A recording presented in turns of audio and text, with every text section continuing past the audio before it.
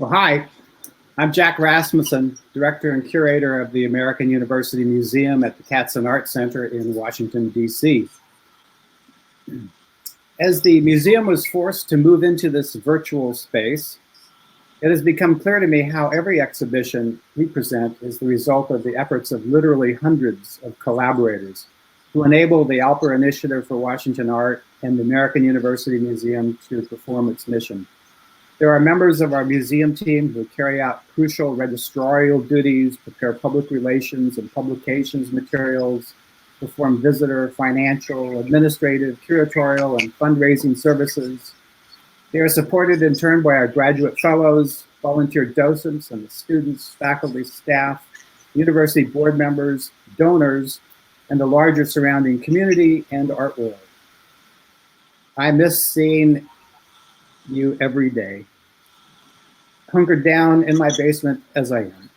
But this program is evidence that you are still at work, devoting your talents, energy, and resources towards making a positive contribution to our cultural life. Thank you. More especially, I am thankful to the Alper family for its continued commitment to our research into the history and present of Washington's art and artists. The exhibitions that result from this enlightened philanthropy are further enhanced by the Wolpoff Family Foundation's support of printed catalogs, so important now, that extend the impact of our exhibitions, connecting commentary and images to the viewer in a different but equally potent actualization.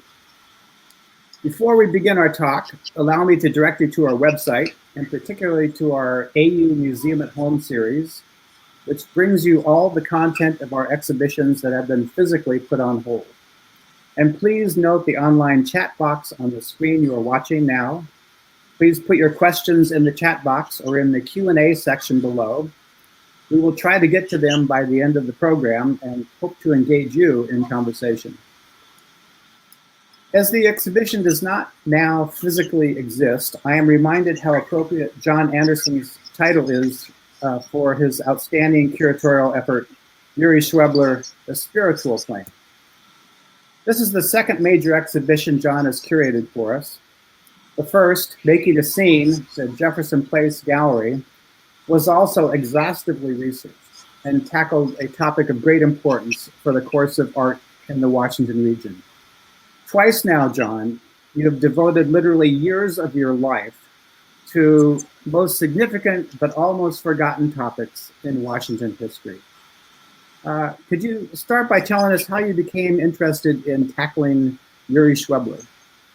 First, thanks for your very kind comments, Jack. And also thanks to everyone at the AU Museum for helping to bring this all together, especially in this virtual space, which is it's been a tremendous undertaking.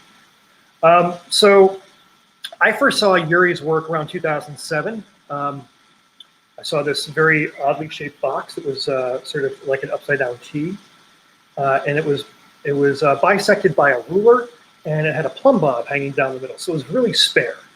And I was taken by that partially because there's a long line of carpenters in my family's background.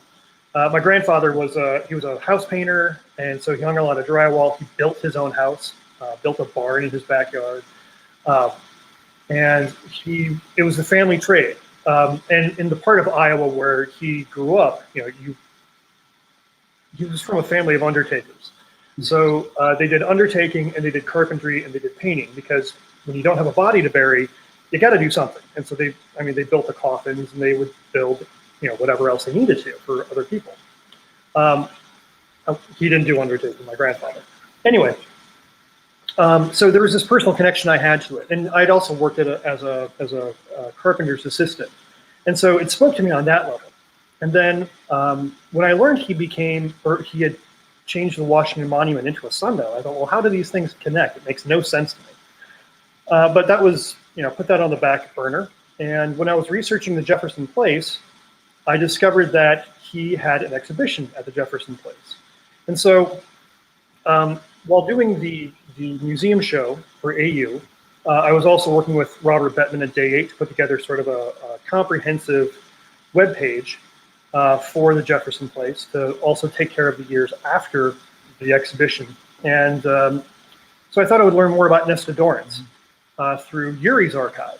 And I discovered there was no Yuri archive. And so I started writing this article for Sculpture Magazine's blog, looking for Yuri's archive, which I only just found in October of last year. So that's where the genesis of this interest. Well, how did Yuri get to Washington? How did his career begin here? His career began in Washington ostensibly in 1971. I mean, he had been in Washington before. He was stationed in Washington or lived in Washington in the mid 1960s. Clifford Still told him to go to Washington. Yuri was a student up at Western Maryland University, which is now McDaniel. And he happened to meet Clifford Still out there, and he was doing these paintings that looked like Jack Youngerman. So he went to Washington, got married, and then moved to California for a spell, and then returned to Washington after that marriage dissolved. And so the first mention of Yuri is with a piece called Magnetic North, and this is in June of 1971. And there's this festival sort of vibe going on P Street in June of 1971, and there were several ephemeral pieces on the block celebrating the gallery scene that was on P Street. Michael Breed had a series of these blocks melting, blocks of ice melting. David Stanton had created a charcoal grill out of wood, and so the entire thing would just burn apart. Jenny Lee Knight, I guess, took hay from her farm and put it around, and kids just destroyed the work. And then there was Yuri, who's just pounding stakes in the ground and marking a line toward Magnetic North. And it's really not explained until much later in an article written by Ben Forgey regarding the piece Alley to Which the Sun Was Tied. And so what we get from that article is that Yuri is regarding Magnetic North. Yuri has been going around town in places near DuPont Circle, near the galleries, near the Phillips collection, and he's physically tacking something to a wall, as we see pictured here. He's spray painting it. He looks official because he's wearing these hats that have Art Hat Co. on them, so they look like it's some sort of company. It's a play on words, and we'll see more about his wordplay later on. But these are very public actions that he's doing, and they're also mysterious to people. So when it comes to Forgey's article about Alley to Which the Sun Was Tied, that's when we learn more about Magnetic North. If we could jump ahead to there we go, there it is. So there's Alley to Which the Sun Was Tied, and we see this shaft of light piercing the otherwise darkened alley. Excuse me.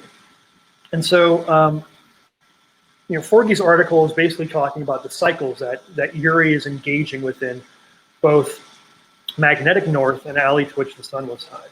And so in this case, Alley to Which the Sun Was Tied, it takes place on one day, and we can see the date here, August 23rd, 1971. And the piece is designed basically to self-destruct. The markings of how the sun pierces this alley is no longer going to exist in the same fashion on the next day. And by the time the Earth makes its revolution around the sun, all this spray paint is probably going to have disappeared. So there's this temporary, brief moment in time when this work is actually going to exist. And so it starts with this entire cycle, this exploration of cycles that Yuri was doing, which sort of ends with it doesn't end, but it continues into his first gallery show at Kotechrivkin in 1972, where he's basically illustrating cycles of the day. John, you describe in the catalog how in less than 2 years after arriving unknown from out of town, Yuri had a museum show. I suppose many artists would like to know how he did that. How did he do that? How did he accomplish that feat? Networking. So the Phillips collection in 1972 hired a new curator by the name of Richard Friedman. And he had this background where he had worked at the Met, and he had worked with Leo Castelli's gallery, and so he was really up to speed with contemporary art, and he was also able to handle older collections that Duncan Phillips had collected. And so there's this letter that he wrote to Henry Geldzahler at the end of 1972 that he'd already been to over 40 artist studios by that point. He was looking to be very supportive of the community, the art community within Washington, D.C., and show artists in Washington. So I'm not sure when exactly Richard Friedman and Yuri Schwebler met, but I'm pretty certain that Richard Friedman saw Yuri's piece at Pyramid Gallery. And so to back up just a little bit, if we could forward to the next slide, there was an exhibition at Pyramid Gallery in January of 1973, and so it involves artists from the Beverly Court, which are 10 artists who live in the Beverly Court. It's an apartment building, and nothing really unifies their work other than they all live together. They all live in this building together. And so Yuri showed this work, pictured here, called 2/3 Perfect. And so it's a glass pillar, which echoes the shape of a pillar in the gallery. And whenever I see this work, I think of Paul Richards' line in his article where he says, "All hardness had been softened," because you have this rigid structure, which also you can see through. And so it was this very simple and very elegant, beautiful sculpture. So in 1978, Bob Arnbeck in the Washington Post magazine basically sets the scene for how we go from this image in Pyramid Gallery to his first show at the Phillips. And so he sets the scene saying an important curator visits the studio of Alan Apple, Alan Bridge, and Yuri Schwebler, and he gives Yuri a show. And as Yuri is quoted in the article, he says he presented the work in the right way. And so we're deduced from this that he invited Friedman over to his apartment, because Friedman isn't named in it, he's just an important curator. And so with that, we get some new elements that go into Yuri's work. So at Protech Rivkin, Yuri is showing gold sun, silver moon, light, reflected light, and we get this vocabulary of the plumb bombs, gold line representing the sun, representing a ray of light from the sun coming down into a brass plumb bomb.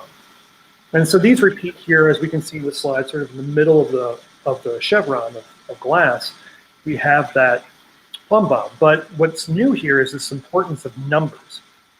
And in this case, it's the perfect number, 6, which is the sum of its divisors, 1 + 2 + 3 + 6. And so this series of sculptures is called 2 is 3 sculptures. And so while we are presented with one sculpture, very plainly of a equilateral triangle, it's bisected by this gold line. So in reality, it's defining 2 other triangles for us. So we have, in total, 3 triangles. And there's some symbolism with these triangles as well, which I've only recently rediscovered in an article that Yuri put together entitled 6. It's this sort of patch paper of quotes of the meaning behind triangles. So if they're pointing up, they symbolize fire. If they're pointing down, they symbolize water. And so we have these multiple meanings of them. And they tie somehow into Judaism. They tie into other elements of occultism. The triangle is, of course, very important in Christianity symbolically. And so it's clear that Yuri has this idea that the triangle is a power symbol, and somehow it ties into the cycles. Anyway, moving forward, these sculptures of the Phillips Garden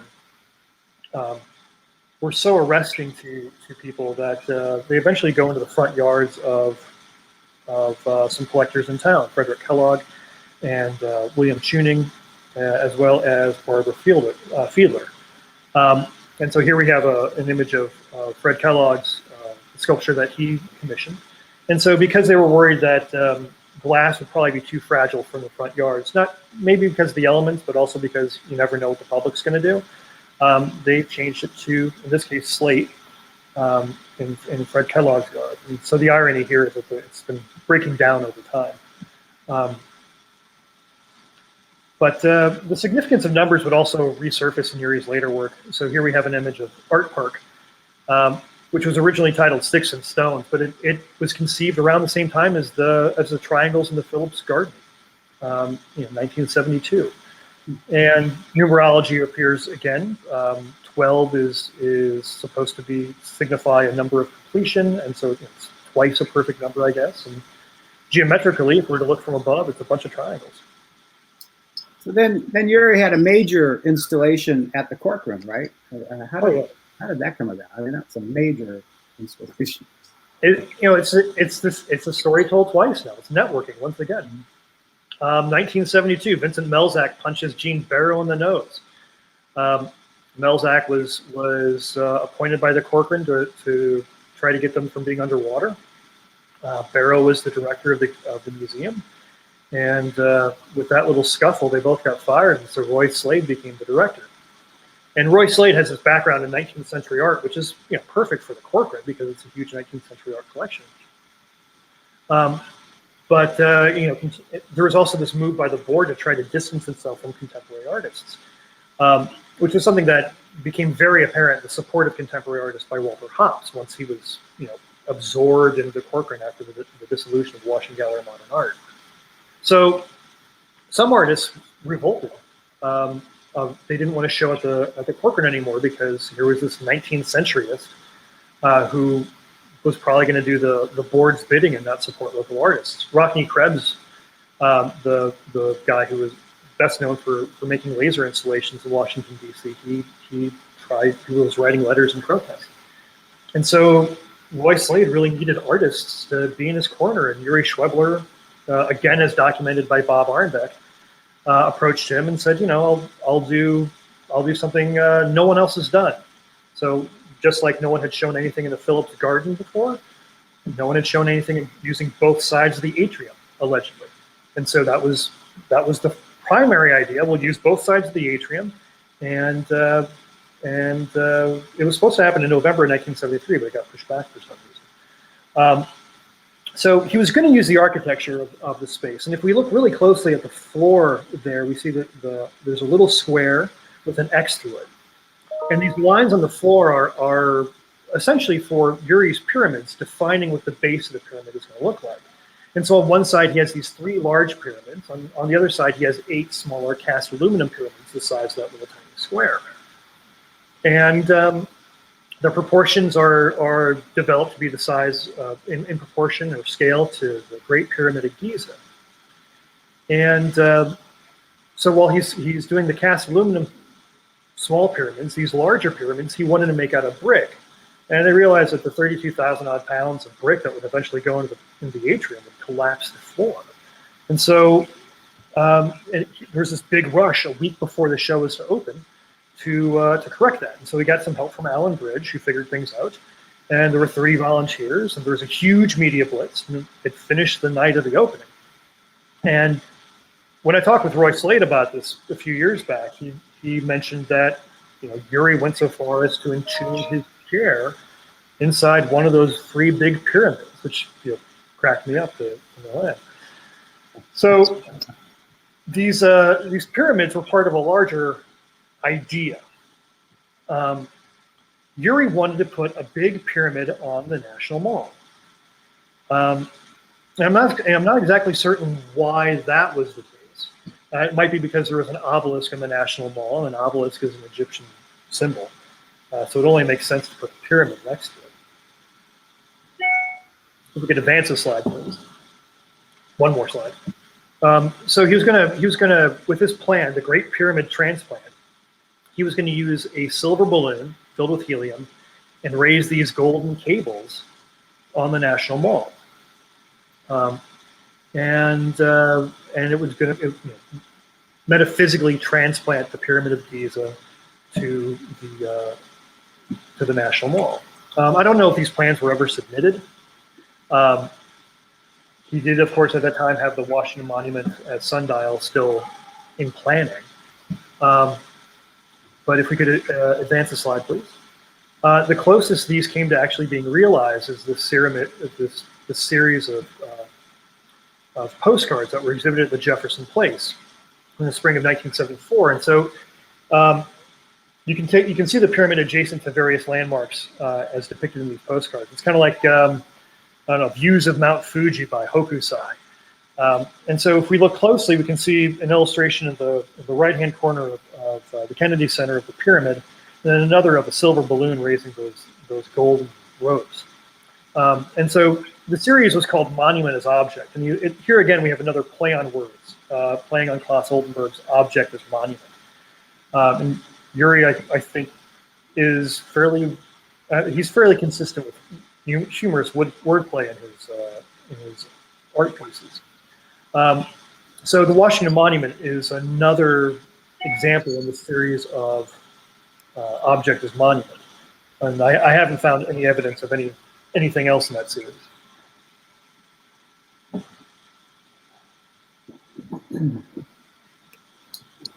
In the catalog, Ben Forgy, our great Washington art and architecture critic, writes beautifully about what Yuri did with Washington's greatest sculpture, the Washington Monument. Tell us how this work developed, how this came about, how he pulled it off, really.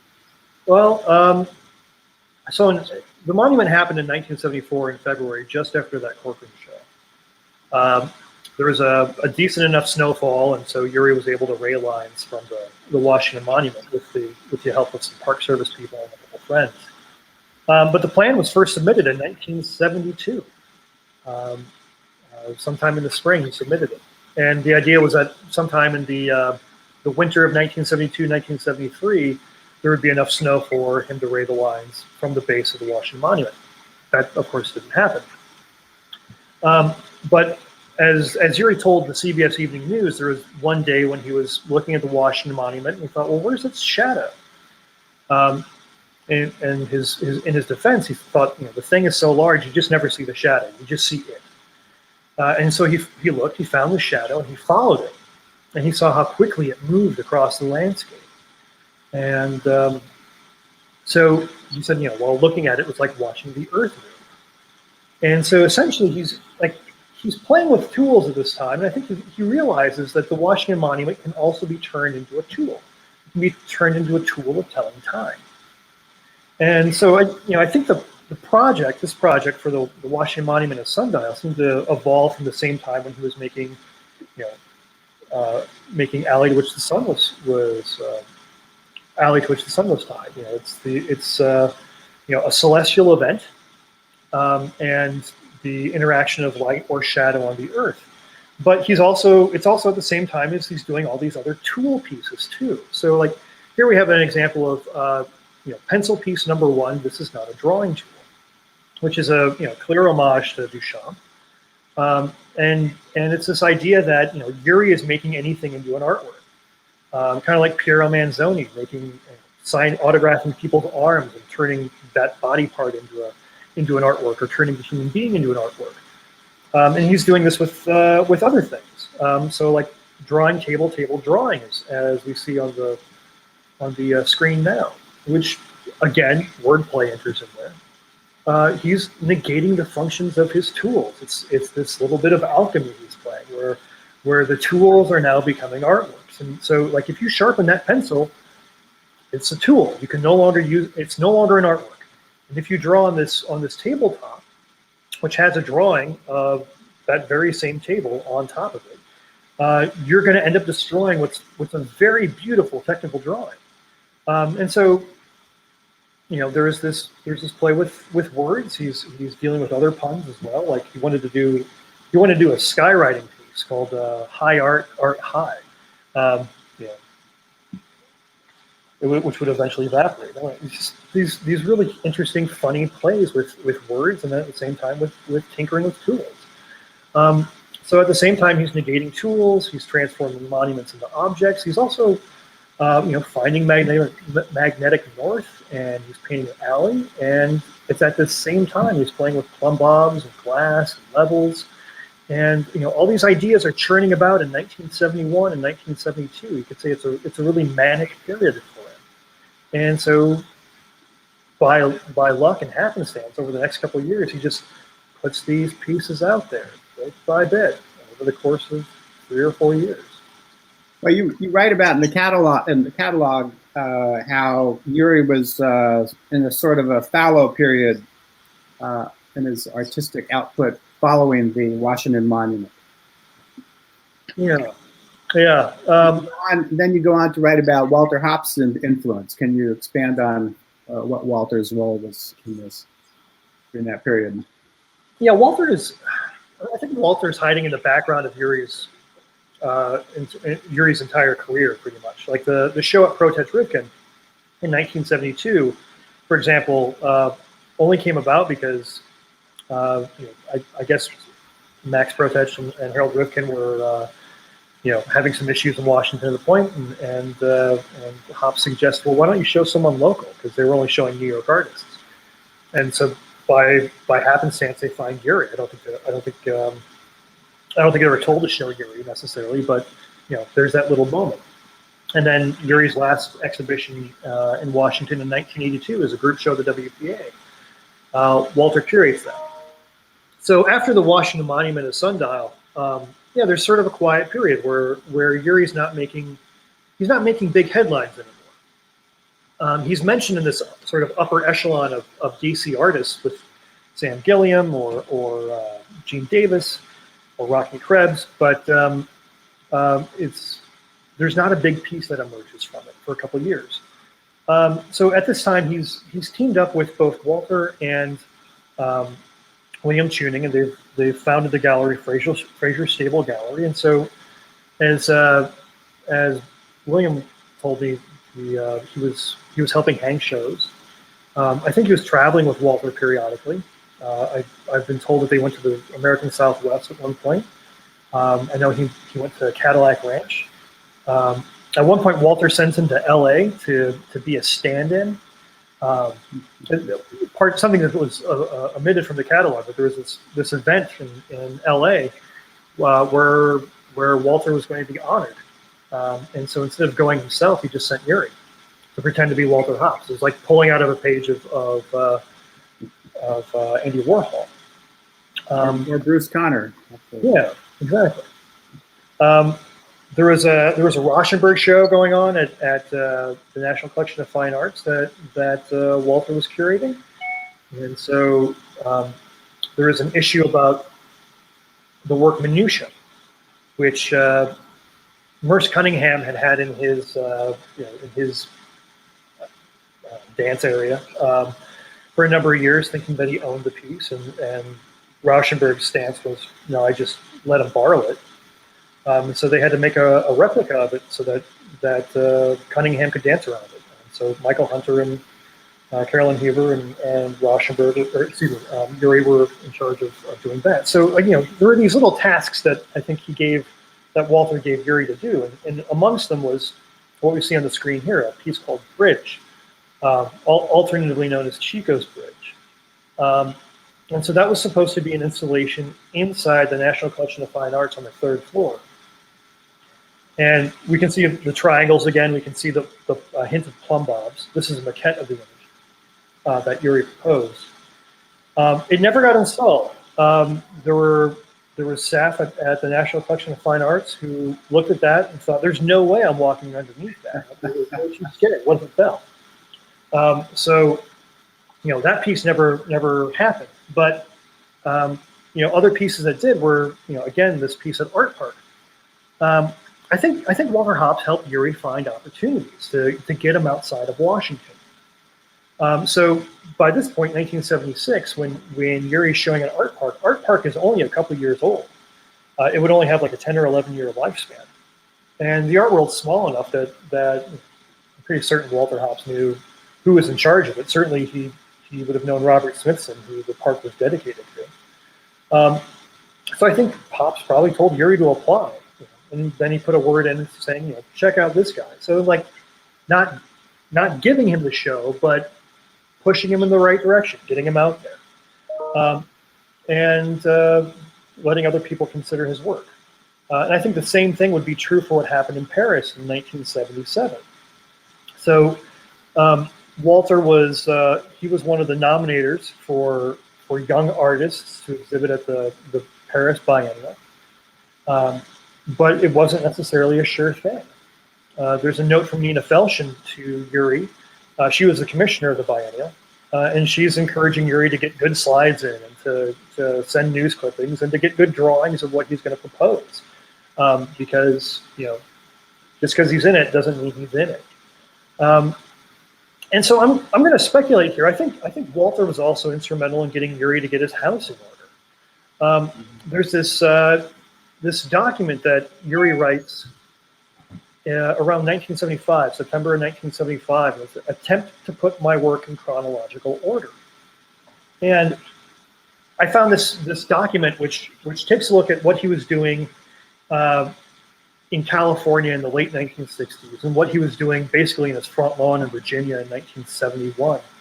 These experiments with rocks and with tools and with glass, works that were never documented other than a few pencil sketches or pen sketches, works that were just thrown together and then disassembled just as easily and packed up into a box. There was this effort to make them more tangible, kind of like this protractor in a box here. And I find this to be such a contrast from a guy who just a couple years earlier was writing about this he had this cyclical manifesto, this cyclical structure within his art, which is where the title of the show comes from, The Spiritual Plane, where the work will exist, the idea lives, and then once the idea is gone, the work can go away too. And otherwise, you're creating instant what do we call it? Instant antiques. And so I found it kind of odd that he starts boxing all these ideas up. But eventually they get shown at Fraser's Stable Gallery in January of 1977. And so this piece here is called January 1st, 1977. It's the only tool work that I found of Yuri's that had a sketch to precede it. There may be others. I only had a few hours in this archive putting it back together, but I think it's kind of, there's this sort of humorous touch that he was having here, where after boxing all these old tool pieces together, this was the final piece. And he also was boxing all the rock pieces that he had put together in years previous. So when he was living in California, he gave up painting, and there's a moment where he's, I guess, doing yoga or doing acid or both on a rock on a beach. And he notices on one side of the rock, there are all these, on one side of a boulder that he's on, there are all these little rocks. And on the other side, there's a very clean beach. And so he starts digging holes in that beach, and they wash away. He starts transporting rocks from one side of the boulder to the other side of the boulder onto the clean beach, and they're washed away. And he notes that the cycle of how these ocean currents are working is those rocks are eventually going to end up back on the side where they came from. And so he's, I think, trying to represent this here with rocks and glass. That's what has sand become, or what was glass at one point but sand. So sort of a clever way of restructuring those conceptual artworks that he did in the late 60s and early 70s.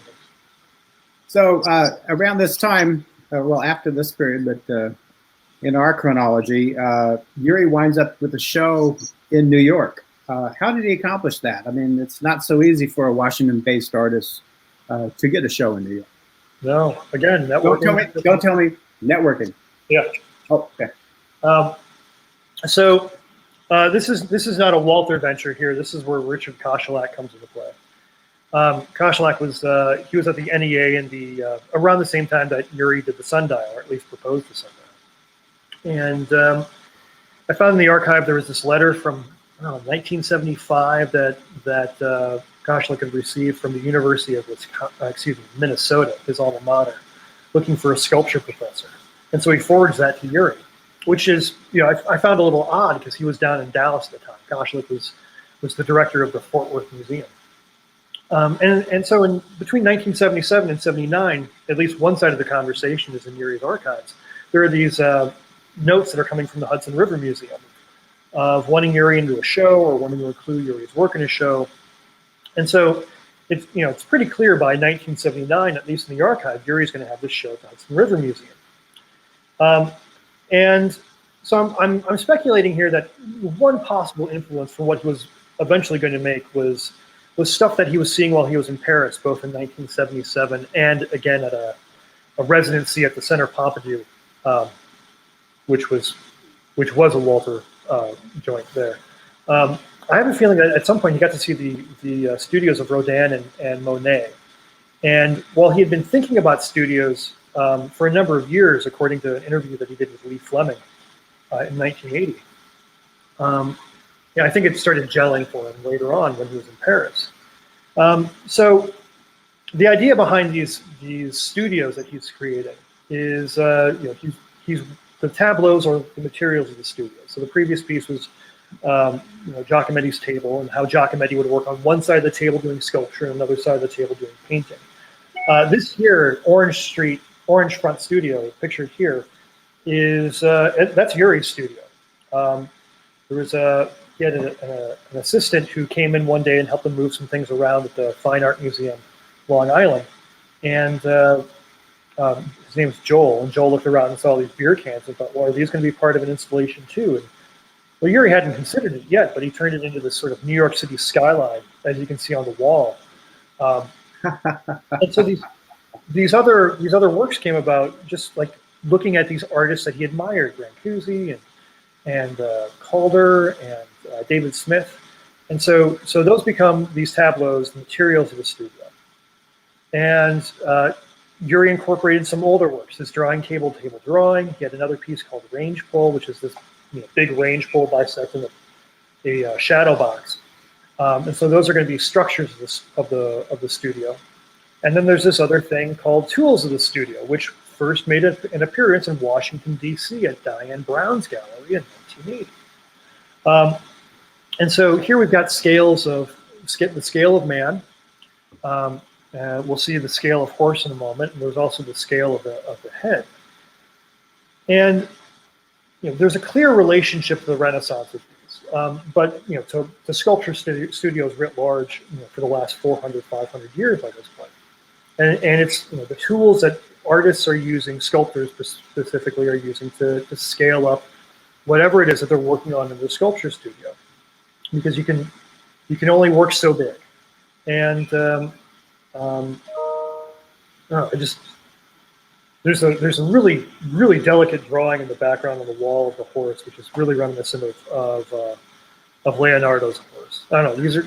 These must have been really fascinating pieces to see in Diane Brown's gallery at the time, because they were so starkly different from the shadow boxes that he had made just a couple years earlier. And so these were the pieces that he was planning to take to New York with him, to the Hudson River Museum. So the Hudson River Museum was his last solo show, but you did learn that he was working on other projects before his death. Talk about those. Yeah, and this was something that I was trying to rectify when I was first writing about him for Sculpture's blog, because I didn't understand that how he could just disappear, what all happened. So in 1982, he gets a grant from the NEA. He gets a $25,000 grant, and the proposal for that grant is to continue this artist studio series that he had started for the Hudson River Museum. He wanted to make a piece that was inspired by Kurt Schwitter's Meersbaum. He wanted to make a studio that was reminiscent of Cornell's, which would make perfect sense given the shadow boxes. And then there was going to be a piece to Tatlin, which I think is what these are. These were found at Enid Sanford, who has a bunch of his work, showed me these pieces when I was visiting her home in New York. And so I speculate that these were drafts for what he wanted to do with Tatlin. But other things happen. Life is what happens when you're making other plans. So Enid Sanford had gotten divorced and moved to New York and met up with Yuri there. They had been friends in New York, in DC. But when she moved to New York, apparently they started dating, and so they eventually bought a house together. And so that was something that Yuri was going to fix up and make a studio space to work in. And along the way, I think he got distracted with other ideas. So Anthony Kafritz, Enid's son, was telling me when, one time when he was leaving college, he was helping Yuri transport all of this stuff that were at the Fine Arts Museum, Long Island, back to the home in Milton, New York. And so Yuri had these grand ideas to take what he had done at the Hudson River Museum and make them into large bronze sculpture to install in a place like Art Park. He just wanted them to be outdoor spaces people could experience, but large enough that they could sort of inhabit. And with them, he was reminiscing about these things that he saw when he was a little boy in Yugoslavia during and after World War II. And granted, he would have been very young. He would have been 3 years old at the end of World War II. But I think just because that part of Europe, that part of Eastern Europe was so messed up, Germany was messed up as well, that there were things that he saw along the way that they just became indelible images to him. Things of bombed out buildings that were just nothing but staircases, and fields that had burning stacks of hay.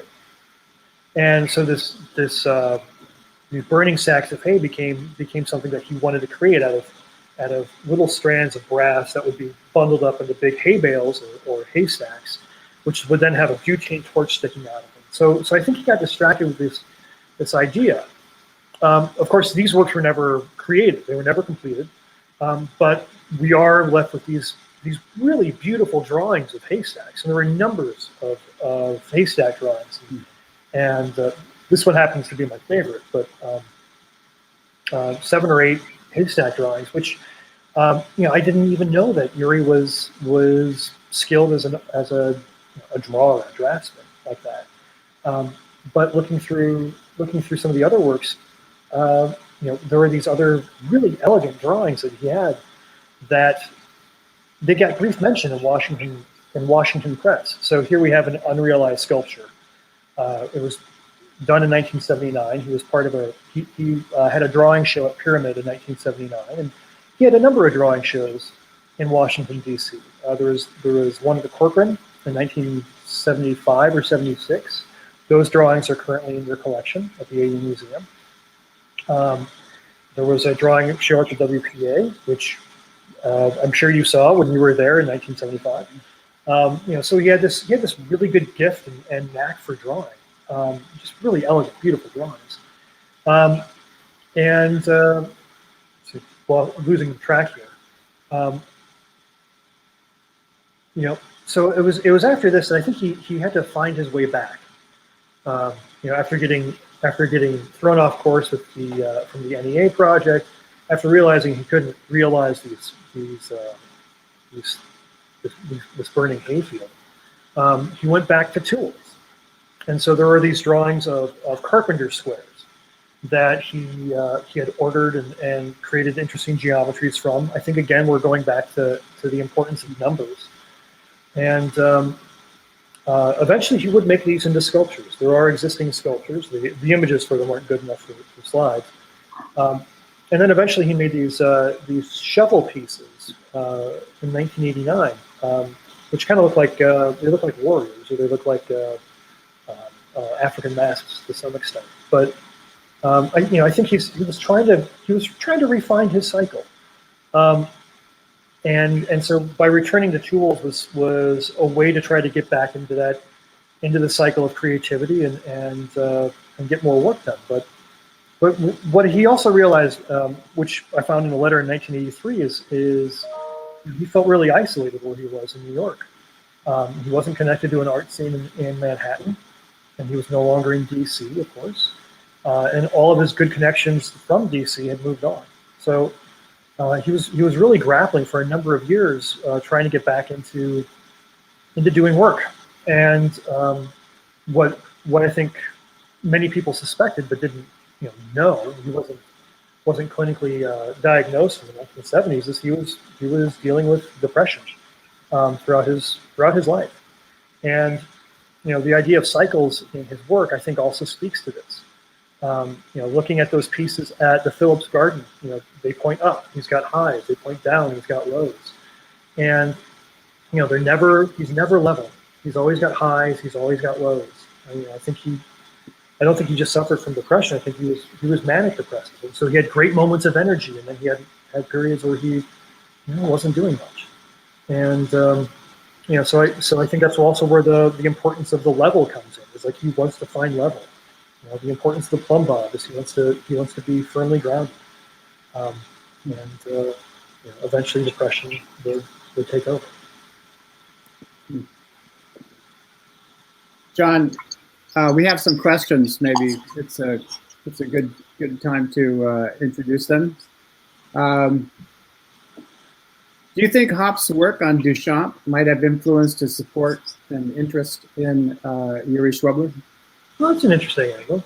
I hadn't thought about that. I mean, I think it's possible. I think Duchamp was enough of a known quantity at that point. I think that the play on words, the sort of Duchampian element of Yuri's work, I think, predates some of his interactions with Hopp's.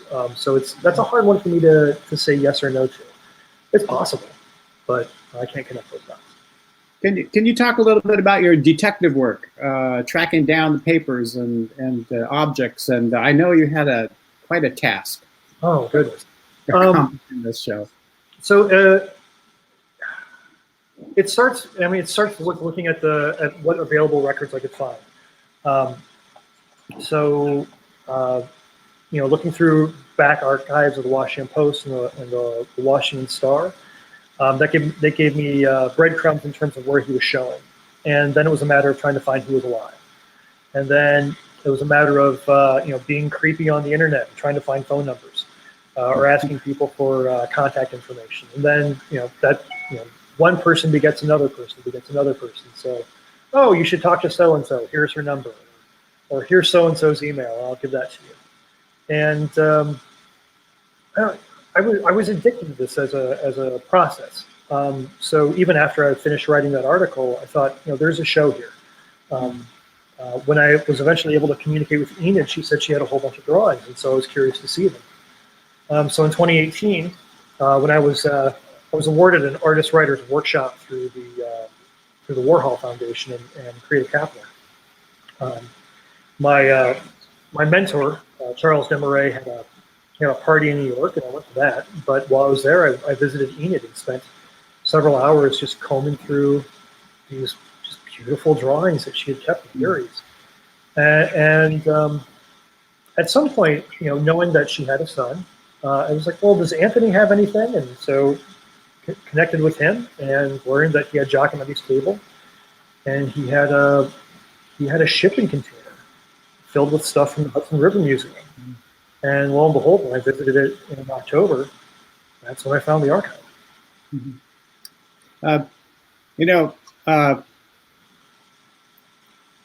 Here's a question that I can answer, but I won't.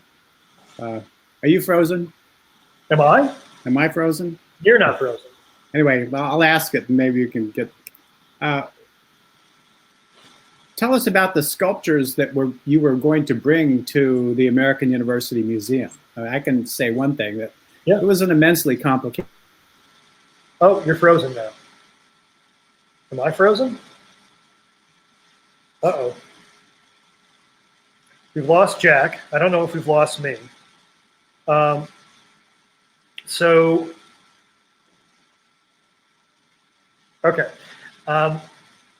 One of the, I'll keep going. Okay. So of the sculptures that we're going to go to AU, a couple of them are already there. There's several sculptures within their collection that deal with the toolbox pieces. One of them has a bottle of soda pop in it. There's a rocks piece that has been absorbed into the collection. But part of it was just finding who had work. And so the January 1st, 1977, that was purchased by Don Caron, according to Diane Brown. She remembered that he had acquired that piece. And so it was a matter of reaching out to him. When I found the archive, it had a great list of, Yuri had kept track of all the people that had collected his work. And so I essentially just put out an APB to figure out who had contacts for these people. And so Ted Fields had been mentioned, and so Ted is still with us, and I got to meet his wife Suzanne and their daughter and see that piece. And so that's still in DC. When reaching out and talking with people, such as Paul Richard or Nina Felshin, Mark Power, I learned that they all had pyramids, the little stainless steel, aluminum pyramids with the plumb bobs. So those were other avenues. The works were going to be, I think, by and large, smaller works. We certainly couldn't recreate any of the larger pieces because the outdoor space just wouldn't allow for that. It was just a matter of looking out there to see who had work, who can help me find contact information for people, and bringing those pieces to the museum. I'm told that they can't get Jack back on screen right now. So this is supposed to be the last question, which, what's the deal with John's background? Okay, I'll answer that. For the last few years, when I've been doing research and large writing projects, for whatever reason, I also am doing home improvement projects. And so it's the age of COVID, what else are we going to do? We're going to do some home improvement. So instead of being out in my gardens, where my wife and I planted 4 gardens, this is a little basement arena. And so I'm in the middle of drywalling and building out a space for my kids to play. So that's the deal with the background. Thanks, Glenn. I suppose if there are any other questions, since we have a screen of questions here, I could probably make a quick response. But to Glenn's other question, or to Glenn's point, there are these 2 photos by Mary Swift that I found in Yuri's archive from 1980. There was an article in the Washington Review about Yuri's work written by Lee Fleming. And so I thought, well, instead of being upstairs where I think kids could bounce in, or there could be all kinds of interceding noises, I would just do this in the basement. And I would do this as a little bit of an homage to Yuri, that 1980 photo, a little homage to Mary Swift. And then I decided I'd also put a little tableau of plumb bob and level in the background, just as an homage to Yuri. So that's the idea with the background. I think that should probably be the conclusion comment. So thank you very much for attending. I'm surprised 87 people, amazing. I wish we could have all been in the same space. I guess virtually we are. But again, thank you very much to American University for putting this together and for supporting my endeavor toward researching Yuri, and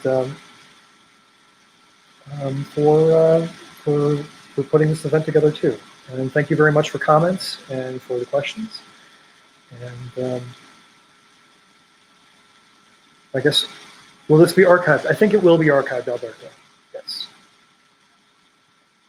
So thank you very much for coming, and enjoy the rest of your day. Enjoy the rest of your week, and wear a mask. Stay safe.